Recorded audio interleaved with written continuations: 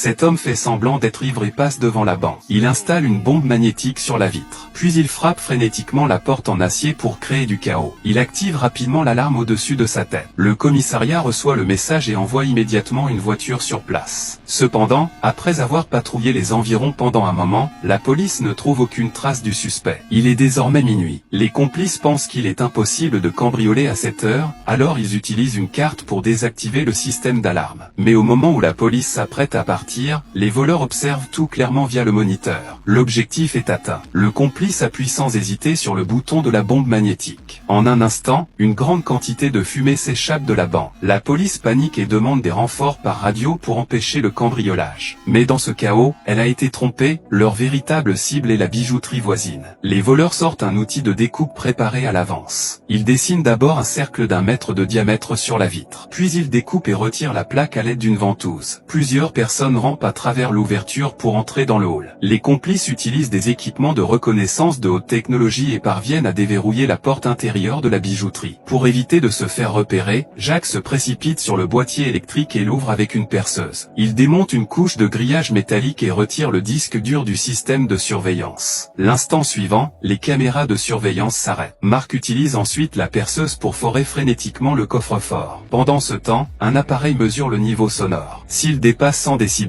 on lui demande de s'arrêter, car le bruit pourrait attirer la sécurité. Mais à ce moment-là, un agent de sécurité proche semble avoir entendu un bruit étrange et s'approche. Jacques ordonne à Marc de s'arrêter immédiatement, mais Marc reste parfaitement calme. Il pousse même la perceuse à pleine puissance. Heureusement, il perce rapidement un petit trou. Ils y insèrent ensuite un stéthoscope. Marc met les écouteurs et écoute le bruit des engrenages pour ouvrir le coffre. Jacques sort précipitamment et se cache derrière une voiture. Voyant le gardien s'approcher de la bijouterie, il brise la vitre d'une voiture pour faire du bruit. L'alarme du véhicule attire le gardien et leur fait gagner un temps précieux. 1 minute plus tard, Marc réussit à déverrouiller le code et à ouvrir le coffre. À l'intérieur se trouvent des diamants bruts d'une valeur de 10 millions. Les complices arrivent en voiture et s'enfuient avec les diamants. L'opération est un succès. Peu après, l'affaire apparaît dans les journaux. Le propriétaire des diamants est le célèbre chef de la mafia locale, Max. En apprenant la nouvelle, Max envoie immédiatement ses hommes à la poursuite de Marc.